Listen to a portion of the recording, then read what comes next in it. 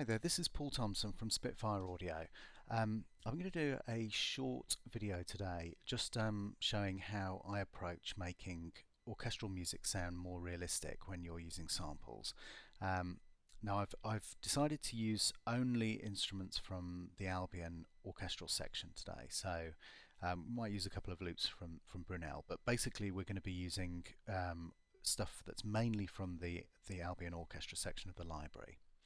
So the first thing that we could do is open up an instance of Contact. We're looking at the woodwind high longs at the moment. So one of the first things to do is to get the sound equating to the sound that you actually want. So for example, if I load up just the close mics and play those, that sounds kind of like this.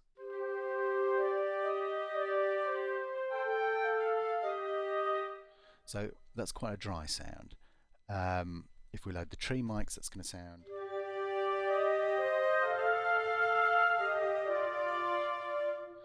a little bit more roomy.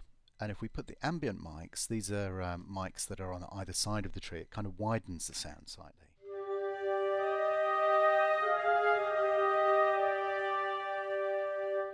So that's the sound that I'm going to use. I'm kind of using that as a default for all of my patches. I've loaded up the same, if we have a look here, the same sound,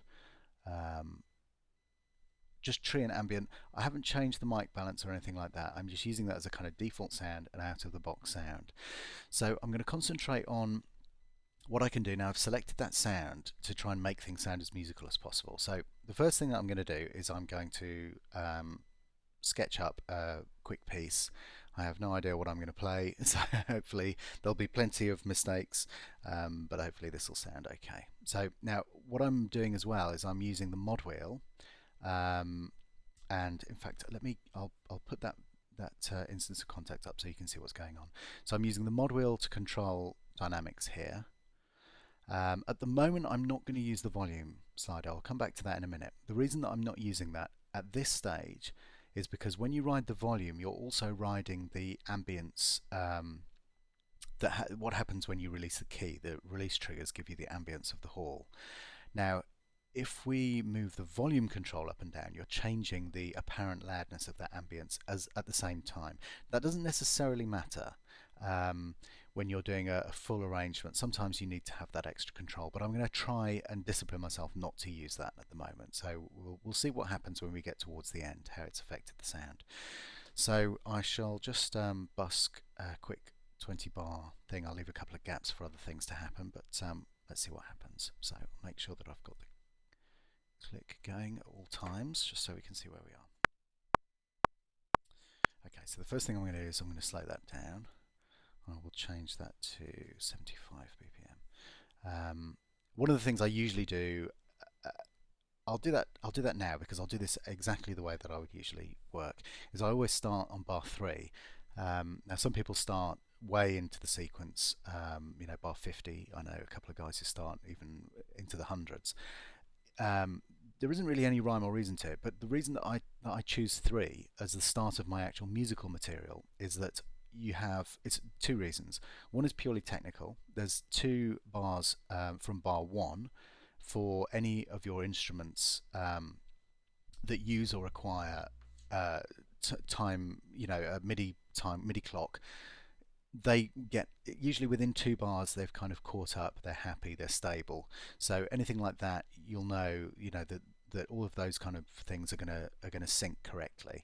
The other reason is that if it gives you 2 bars of click, if this is going to end up being conducted by somebody, if you're consistent about what you do, it saves a lot of time in the session. So you have 2 bars of click at the start of each cue from bar 1. Everybody knows where they are. They can look at their chart. It will have the 2 blank bars at the start. They don't have to ask each time the cue comes up whether there are free clicks, you know, which refers to clicks before the chart actually starts. They just know that they're going to hear 2 bars of click, they're going to see 2 bars of click in the part, and then the music will start. So it makes things a lot quicker and a lot more consistent that way as well. So we'll do that. Okay, back to my mod wheel slider, and let's see what happens.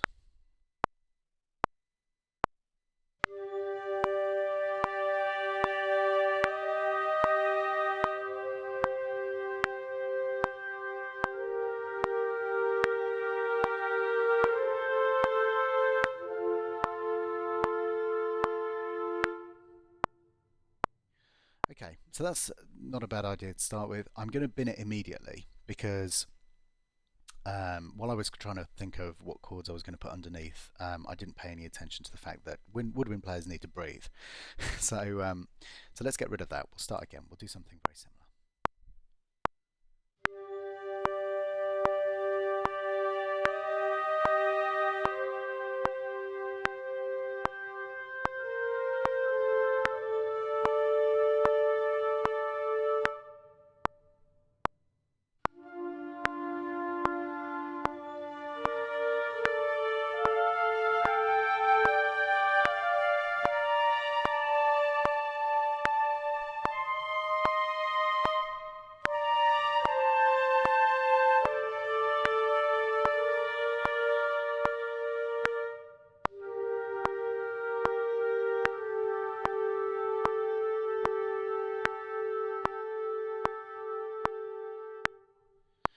Okay, so that's okay.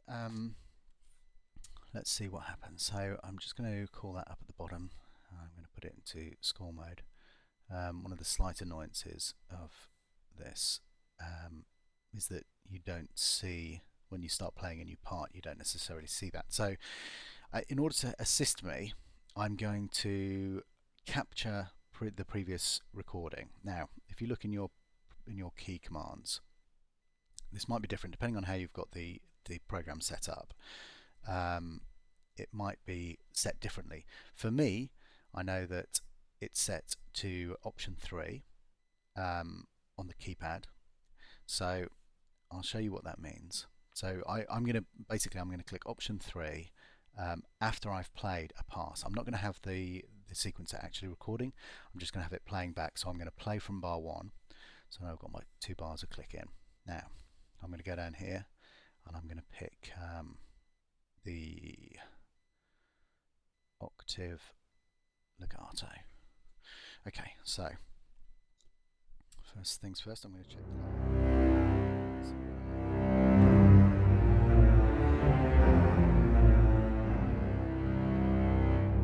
Okay, so now I'm happy with what's going on. I'm going to play from bar 1, I'm going to play over it, but I'm not going to actually record this so that I can watch what's happening on the musical chart for the woodwinds.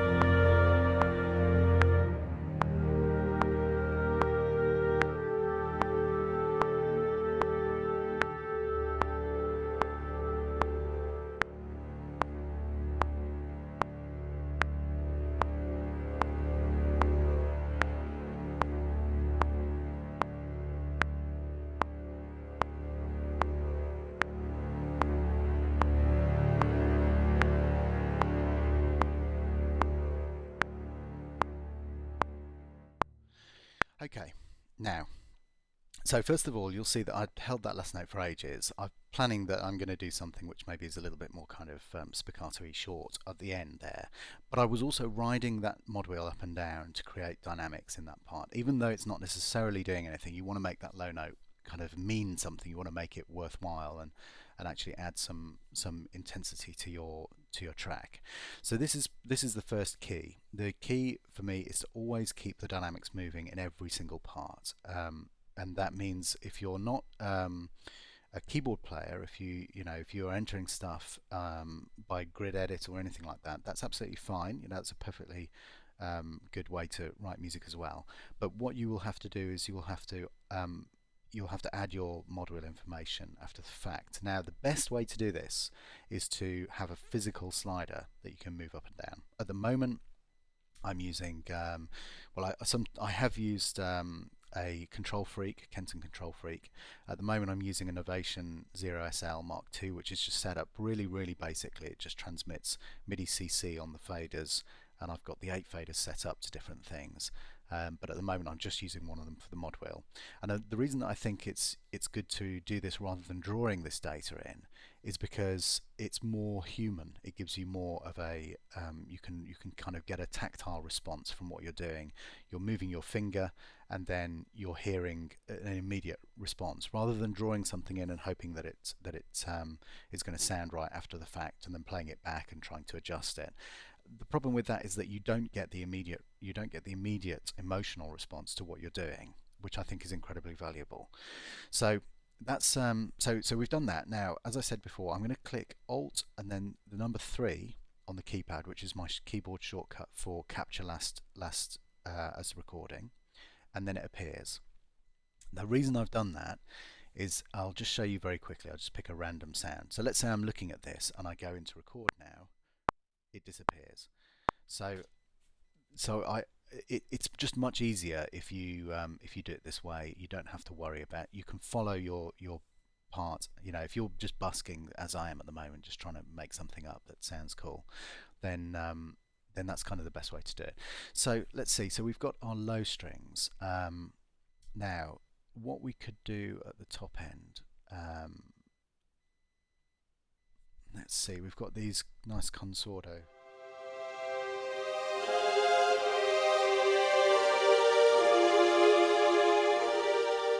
Okay, so we could use those, or we could use the full non-muted. I think that's going to match up better because the cellos are unmuted in the octave legato patch. So we'll do that, and as you see, let me put this. I'll put this instance up again. You'll see here that I've just got the same mic selected, so I'm not mixing anything there. The only thing I'm doing is I'm changing the dynamics on here. So let's go for a pass and put something down. Again, I'm just going to play and then I'm going to capture after the fact. I'll just move this up out of the way. Don't really need to see the outputs. Okay, so here we go.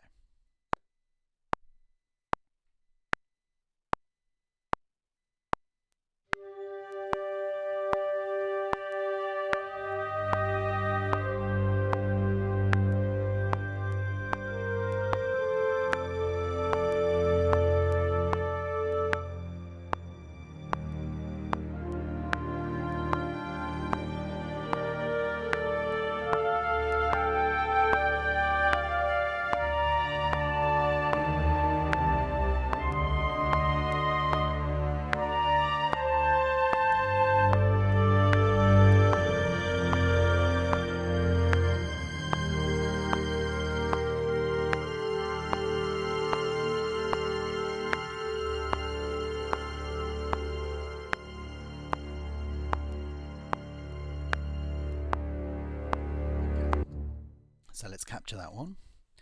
That sounded quite nice. I'm going to put in, when that gap happens, switch the browse window off. When that gap happens, I'm going to put a legato phrase in there. Where are we? Here. Bar 10.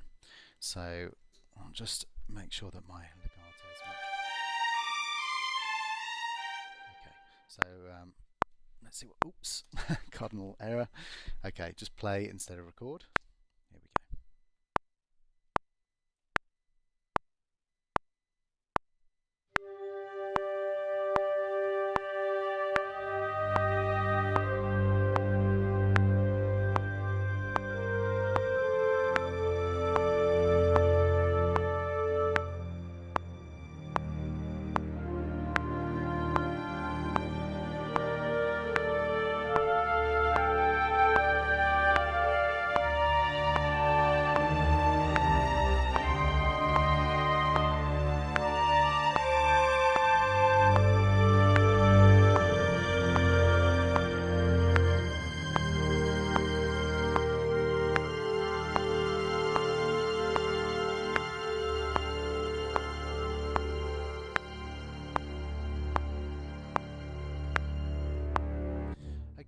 So that was okay. Let me capture that. And there was one thing where the timing went a little bit out in the middle. Now I'm not. You'll notice that I'm not quantizing anything. I'd rather just go in and fix anything that happens to go slightly wrong. It just seems to work better that way for me. So I'm going to go into this part. I'm going to go back to the piano roll, and we'll have a listen.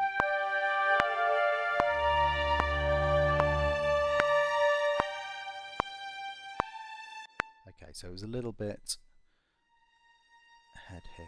Oops. Control button down. I'm going to drag these out. I'm just going to get those out of the way, just to make sure that it's nice and clear what's going on. I think maybe we'll pull that one back in a tiny bit as well.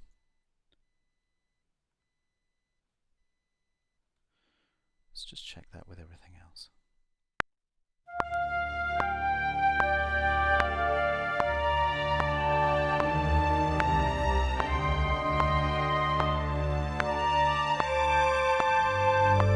Okay, I think that's sounding nice.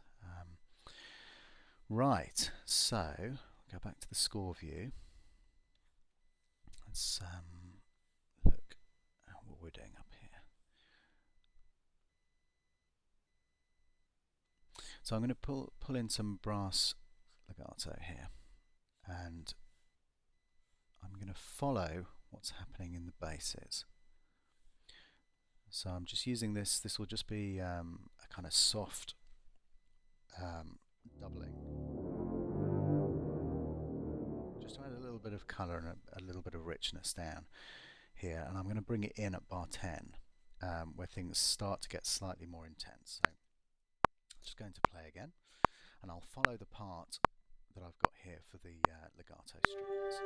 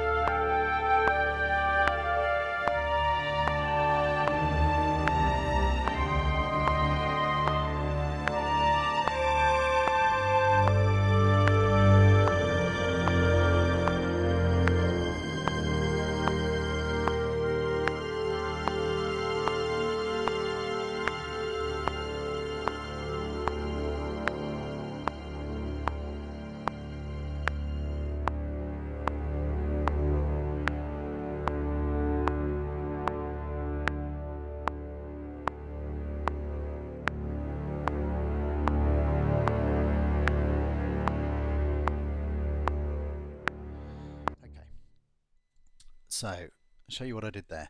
So I'm playing, the timing wasn't exactly right, so I'm going to go again into the piano roll and just check a couple of those bits. Let's just have a look. Okay,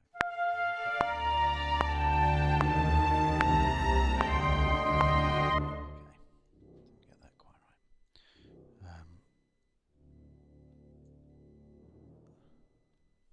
Okay.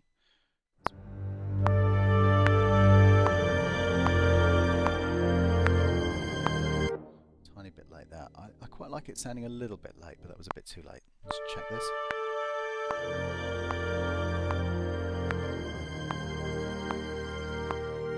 Then I've put a gap in there. I'm going to make that bigger.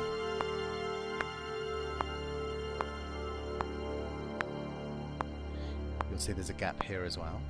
These are just gaps for breathing. And let's make that gap a little bit bigger as well. That note switches off when Okay, so this is all good. So let's look at the end section here. So from bar 16, where things start to settle down, and then I've just got, you saw that I have just these notes doubling, just a little bit of colour change by going up the octave and then back down again. And I'm riding the mod wheel to get those dynamics moving. There's always movement in everything. So I'm going to put in a few, let's try piano staccatos next. Now this is not something that you're going to mod wheel.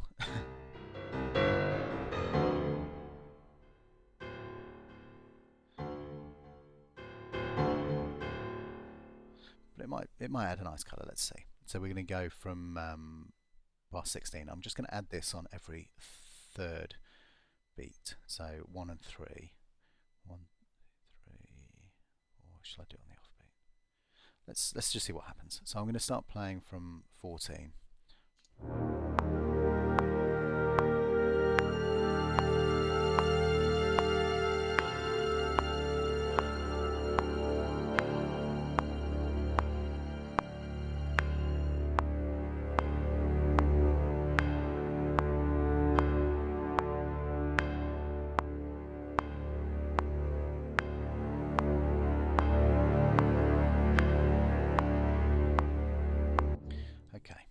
So it's just a few little things there. I'll capture that take. That sounded good. I've got the impacts here, so let's put one of those. Actually, I'll tell you what we're going to do. I quite like these very sparsely sprinkled throughout, so we'll go back and have a look. There's not much to see here. I've got the tree and ambient mics up again as usual. I might as well put this into record. Don't need to see anything while I'm recording this. So I'm just going to start on the downbeat. Actually, I'm not. I'm going to start later.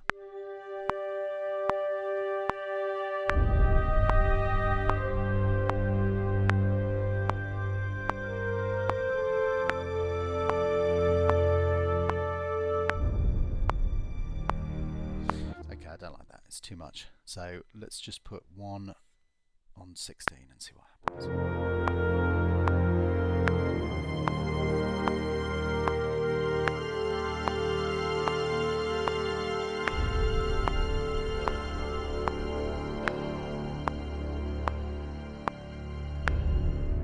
Okay, we're going to go every other bar.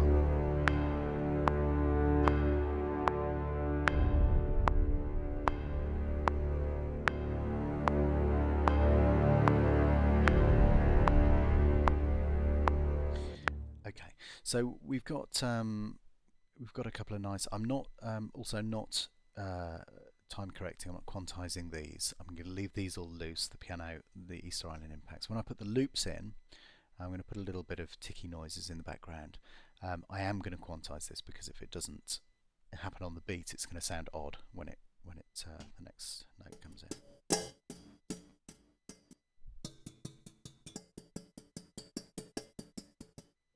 So that's quite nice. What's this one?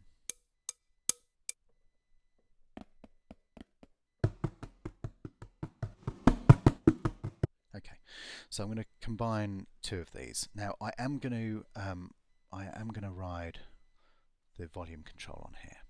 So I'm not going to use any of the effects or anything like that. I'm going to try and keep it as organic and simple as possible. And we're going to bring these in. I'm going to start to fade these in just a tiny bit earlier.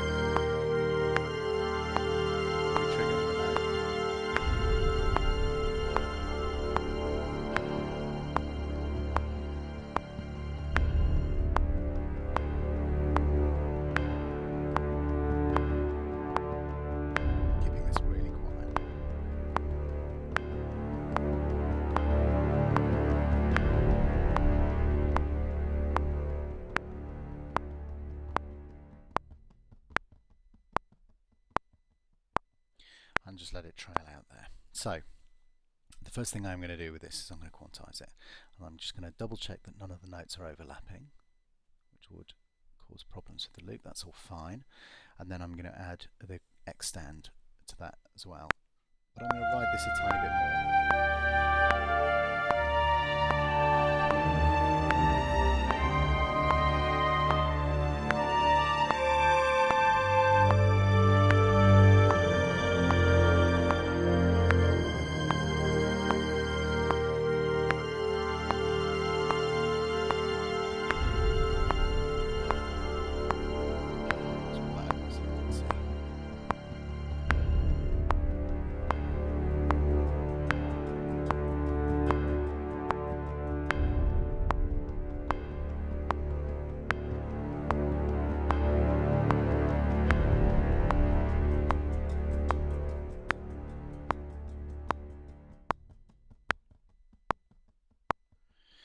Okay, so just two tiny little glimpses of colour from that. Okay, so let's go back to the orchestral sounds. So we've got, I'm going to put some percussion in there. This is orchestral percussion, ensemble percussion recorded again the same kind of way. If I open that up, we can see that we've got the same two mics up. So this is one of the things that's going to help. These are all matching up. So we're going to start from the same place.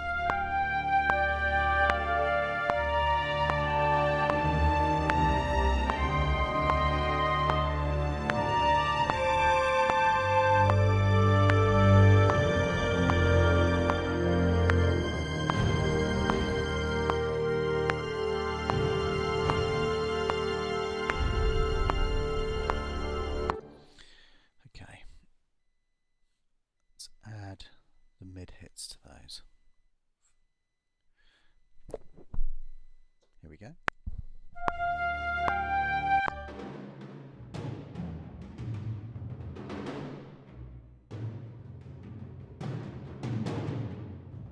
Okay, I'm going to do something just, it's that kind of distant sound. Just something that kind of gives a slight foreboding.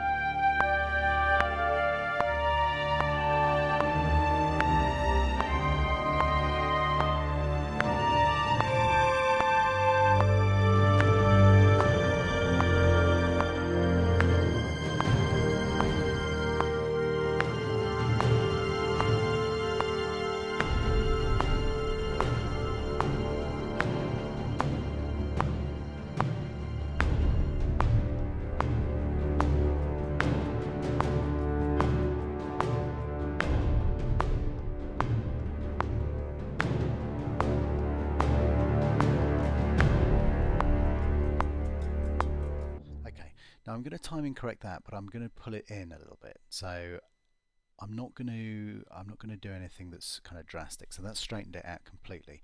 I'm going to use the advanced quantization feature here and just pull the strength down to about 68. It just pulls it in a little bit, but it leaves it still with that kind of slightly loose feel from playing it.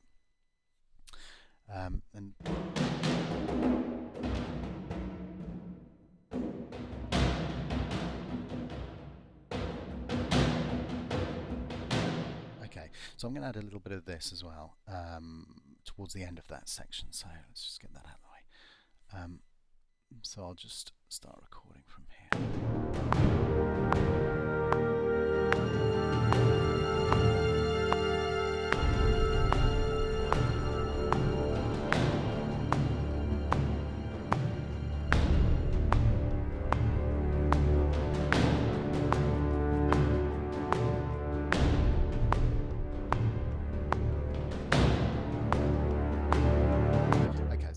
It kind of does what I want, but I'm just going to push those notes up a tiny bit. Let's drag this up just to even it out a little bit, and I'm going to pull the middle one down slightly. Okay, let's just double check that. I'm going to use the same kind of quantize setting for this. So I'm going to put that on 16ths and pull it down a tiny bit more.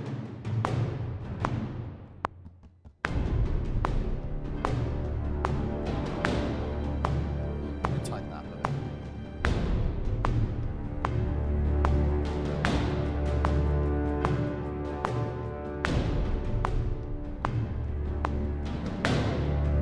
Okay, so I'm going to even those out a tiny bit more. Change my mind about the accents. I want it to rise. This will look fine. Let's just hear that. Still not really doing what I want. I want it to be more dynamic. Let's try this.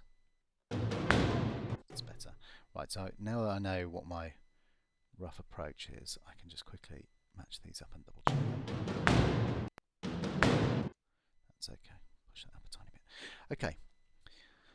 I'm just going to check these parts in context now. So I'm going to listen to all of the percussion to make sure that it's all sitting right.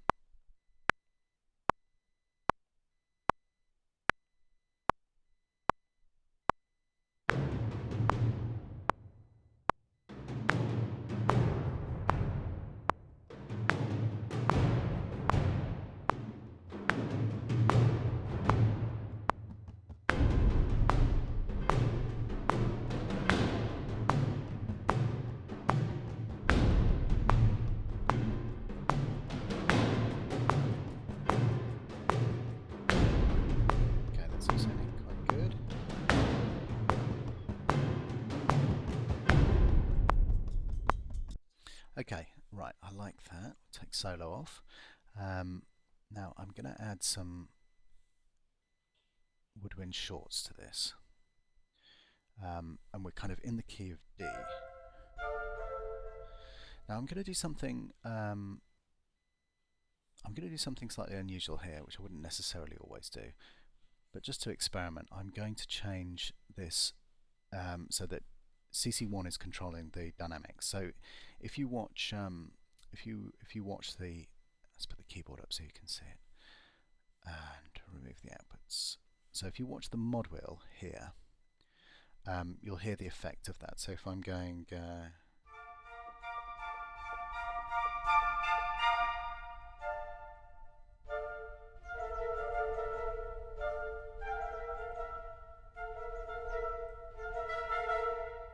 okay, it might be a good way of doing this. I'm gonna do something that's kind of spiky on eighth notes. See what happens.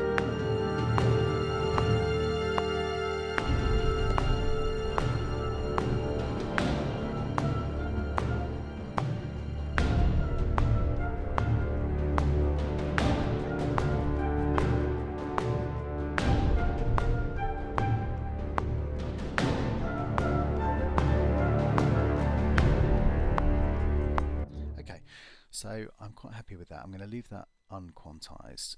I'm going to see what the effect of that is first when I go back and do some of my ostinatum stuff. I'm going to cheat slightly. I'm going to peel off one section of the cellos here to do just ostinatos. This is a smaller section size anyway for this patch, so it should work fine. Now, the first thing I'm going to do here is I'm going to put the keyboard up. I'm going to key switch so that there are two different ostinato types with this. Let's make sure the machine is turned off. Yes. So I'm going to play this in manually. So the first thing is the kind of loose ostinato kind of short notes like that, and then the tighter ones on the other key switch. So there might be a way to kind of play this in. Varying this is also, you know, going to be a nice way to add a bit of colour to things. Something like that.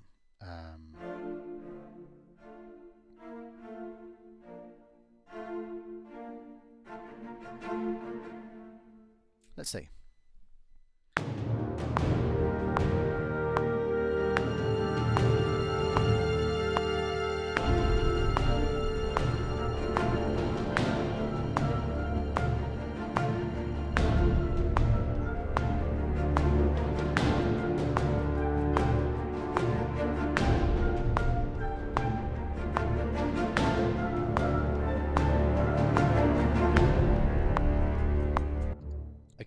So I'm quite happy with that.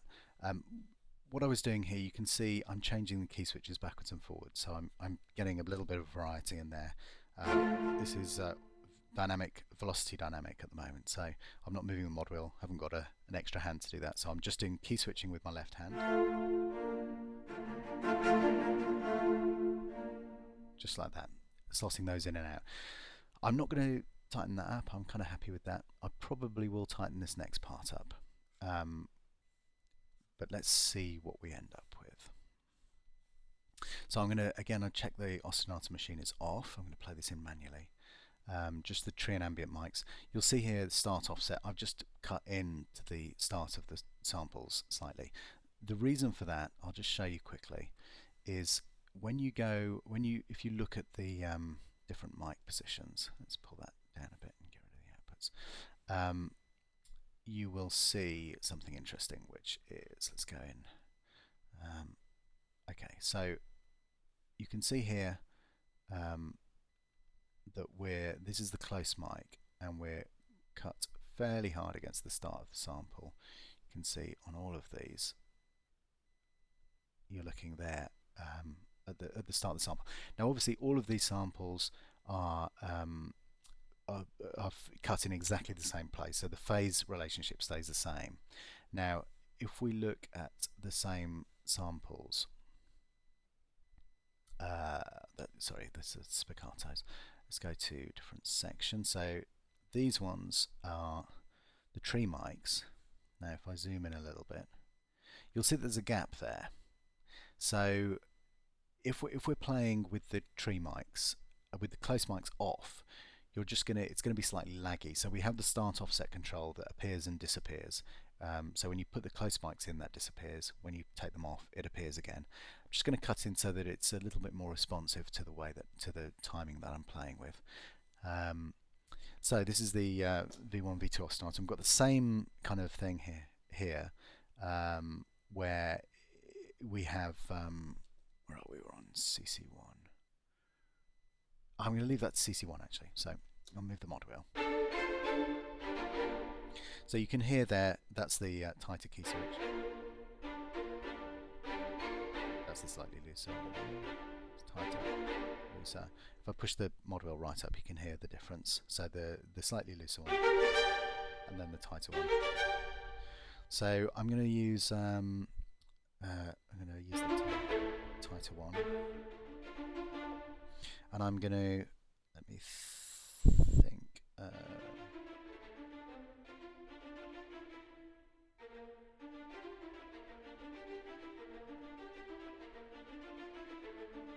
That's what I'm going to do. I'm going to do that a changing pattern.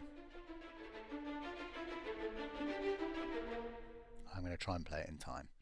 Here we go.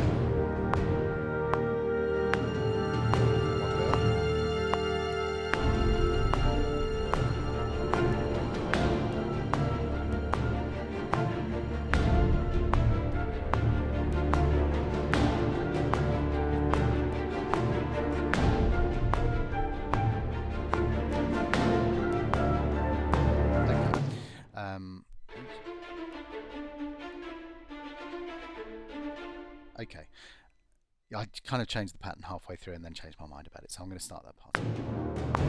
I'm going to ride it up and down each part.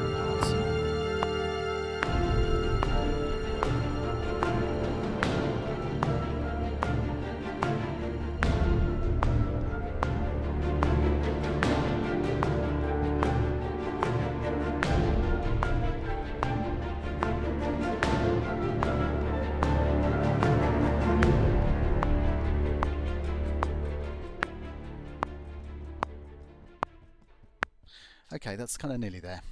What was for playing it correctly?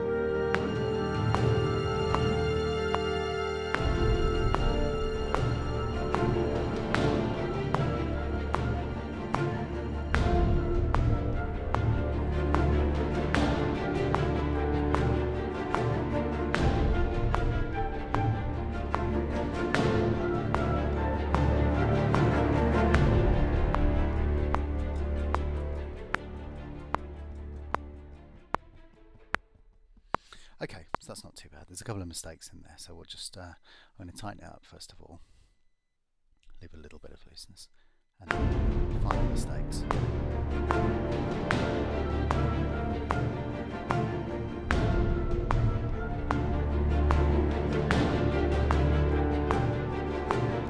Okay, there's the first one. Whoops. Bum. That should be back up on D. So that should sound right.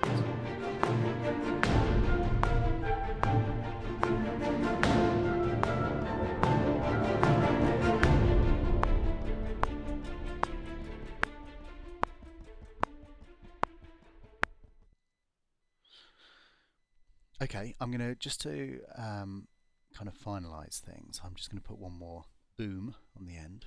Let's just put that on quickly.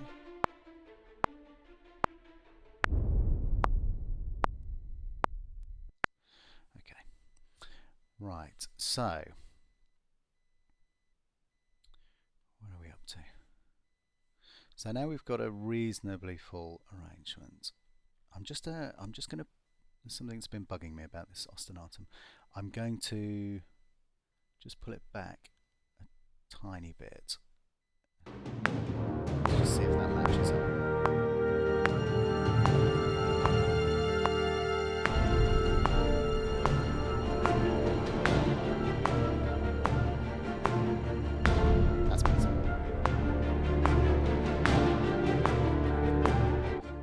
So let's listen to the whole thing through and see if there's any other bits that we need to colour in. And turn the click off.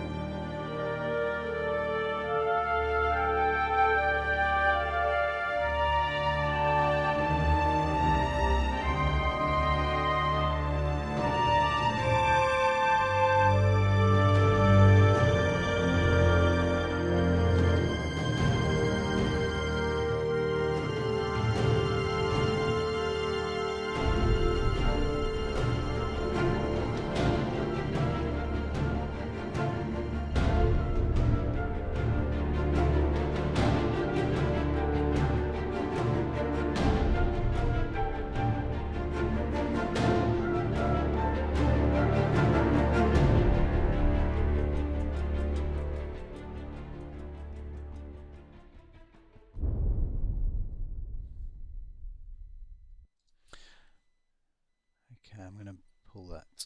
It's already quite quiet. I'm just going to cheat slightly at this point. I'm going to pull the volume up. First of all, I'm going to pick those two regions and I'm going to merge them, which is Control Delete on my system. I'm going to drag this end out and put in the volume where it is. Let's just check. So that doesn't affect anything. And then I'm just going to pull it down a tiny bit for the last one. Oops. Extra point here.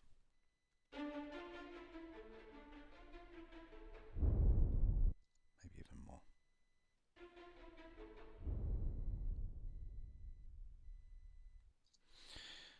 And I'm going to put a last note in the ostinato part.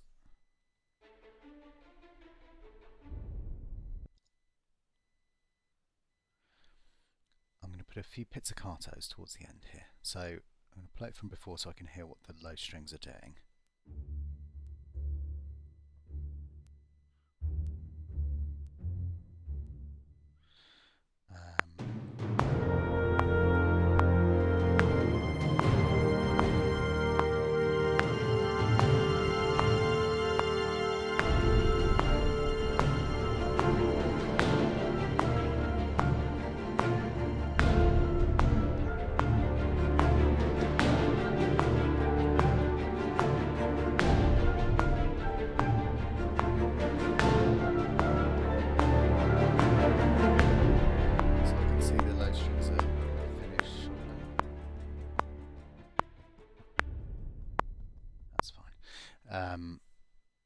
I was toying with the idea of playing over there, and then I thought, let's try and keep the sections roughly correct. So if you're playing, that's another thing about realism, which is not necessarily always you sometimes want a hyperreal sound, but it might be nice maybe to play, you know, on the every second bar some low pizzicatos just to add a bit of bottom end. But again, if you're aiming for a realistic thing and you've got the strings, the cellos and basses playing something here, we've already peeled off a section of maybe, I don't know, 4 or 6 cellos to play this, and everyone else is playing this long note.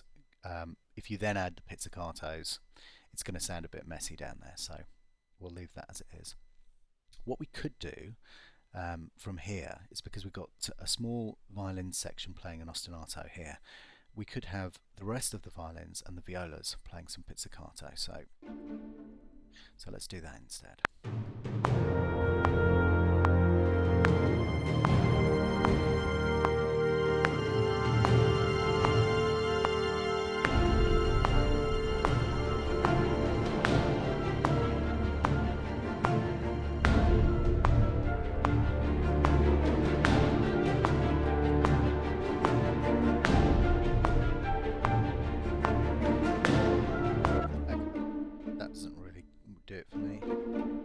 Something slightly unusual.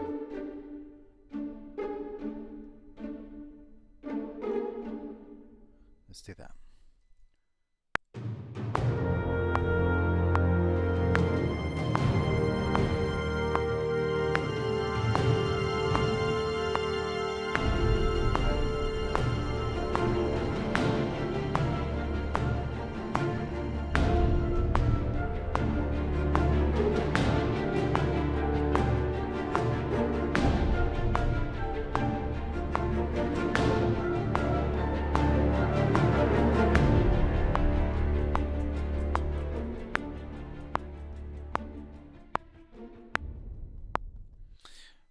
Okay, that's not really working for me either. I think I know what it is. Do something more regular.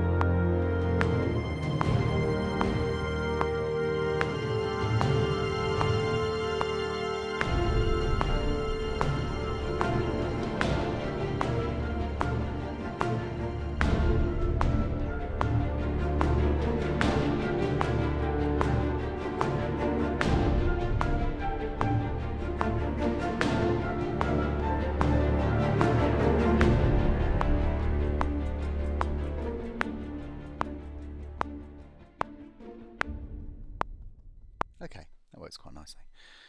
I'm going to leave that unquantized. There is something that's bothering me somewhere around here. Something seems... It's something in the percussion.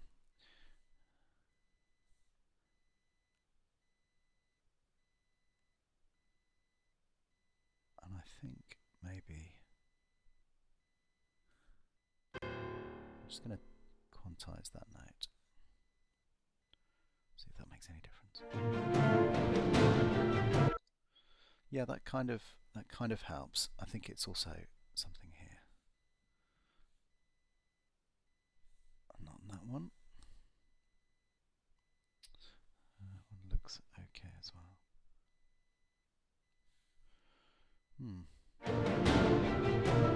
No, it seems... Yeah, it was the piano staccato coming in a tiny bit early. So there's occasional things like that. If you feel that the rhythm is going slightly off, it can be something that you're not expecting. So this is all sounding quite good. I'm going to put something in. Obviously, if one of the two different techniques that I use to write, sometimes I busk in like this.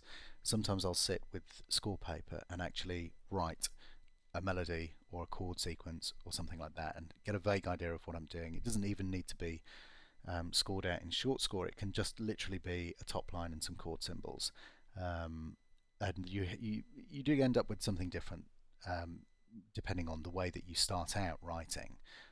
For me, I'll end up probably with something more like this, which is kind of has a more kind of ambient, not terribly focused kind of sound to it if I'm busking at the keyboard, unless I specifically sit down and I go, okay, right, I'm going to write a melody, so how does it go?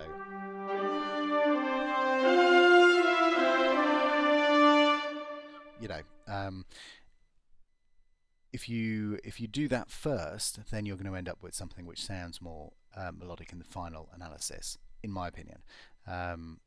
So obviously this is something that I've literally just kind of bunged into the keyboard without revising anything, pretty much. But let's see if we can add a little bit of colour to the front with the brass high legato patch. It might be that we go for some shorts here, but let's see what happens.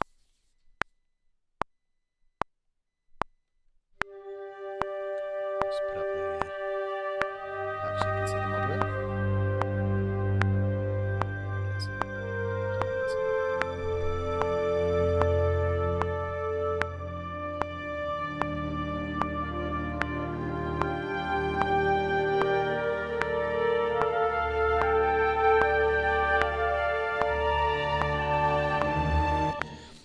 Didn't particularly like that. Let's try something else. It's too high up there. It needs to be something sat back in amongst everything else.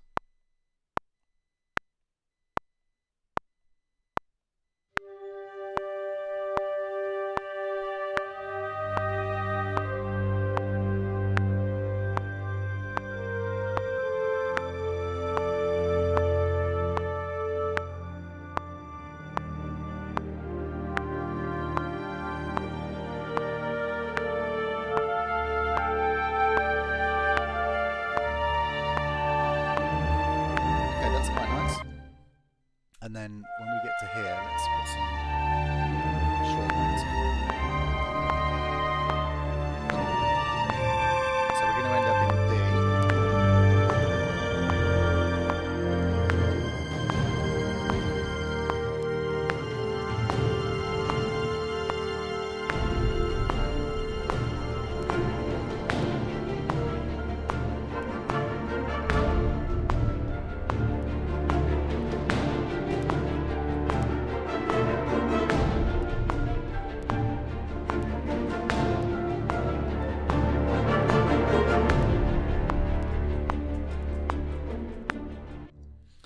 Okay, that kind of works. Let's see if we can find a better.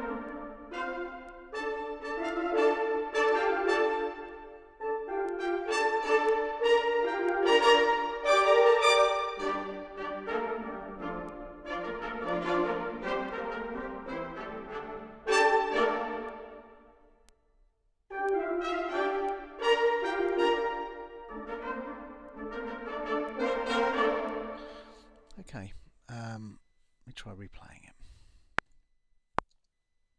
Just delete that pass. Go. Oh, let's go into the browse window.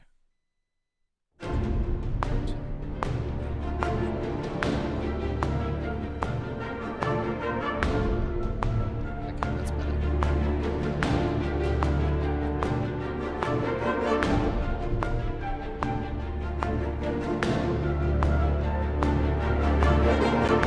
Oops.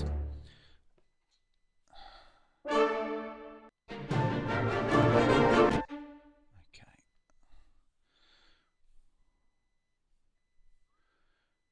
Right, I'm going to change the mic balance here. We're getting close.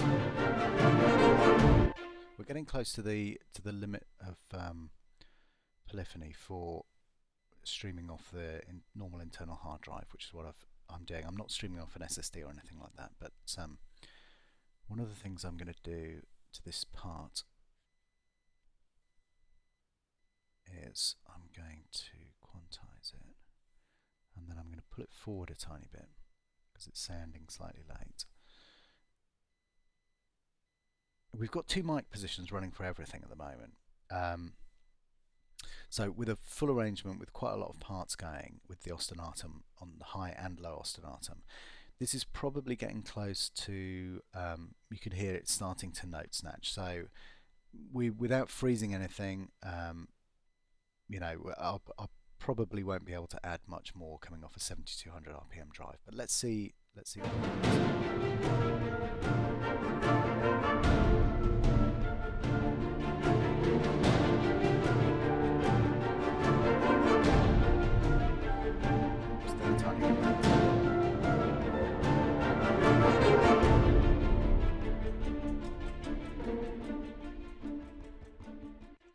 Okay, that still part isn't really having totally the effect that I want it to have. So let's see what's going on here. I can probably even this all out a bit. So I'm just gonna drag that down and then grab these and drag them back up a tiny bit. Okay, that's working better for me. I'm going to change the balance here. I'm going to try actually just putting the close mics in and see what that sounds like. Okay, no, need the tree. Let's try with just the tree. We'll leave the start offset cutting into the start of the song.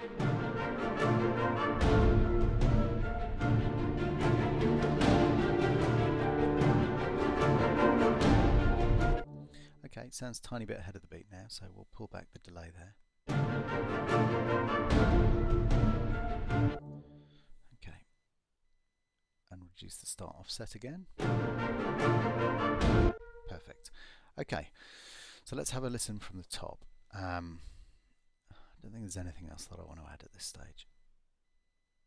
I think everything that we aim to get in there, we've got in there.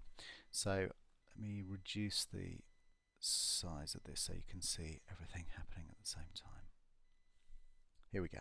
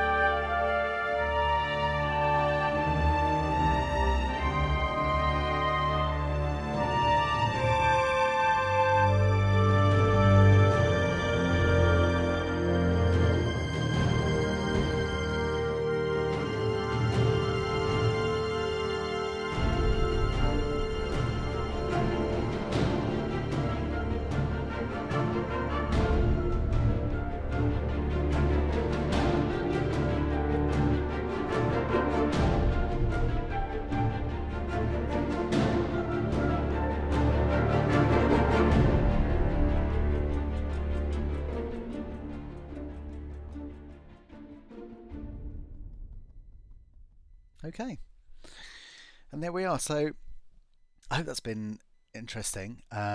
Just seeing kind of conception of a cue, just something short there, and how to try and make things sound as real as possible. It's all about riding the dynamics. Make sure that everything's sitting in correctly in terms of the timing, so keep everything as loose as possible. If you have everything much too rigidly quantized, then it's going to start to sound fake. But also, if you don't quantize the things that are driving the rhythm, then sometimes that can give you problems as well, because there's nothing for everything to hang on. Your ear needs something to hang on for the rhythm. So yeah, so there we go. Hope that's been of use, and we'll see you at the next one. Okay, bye bye.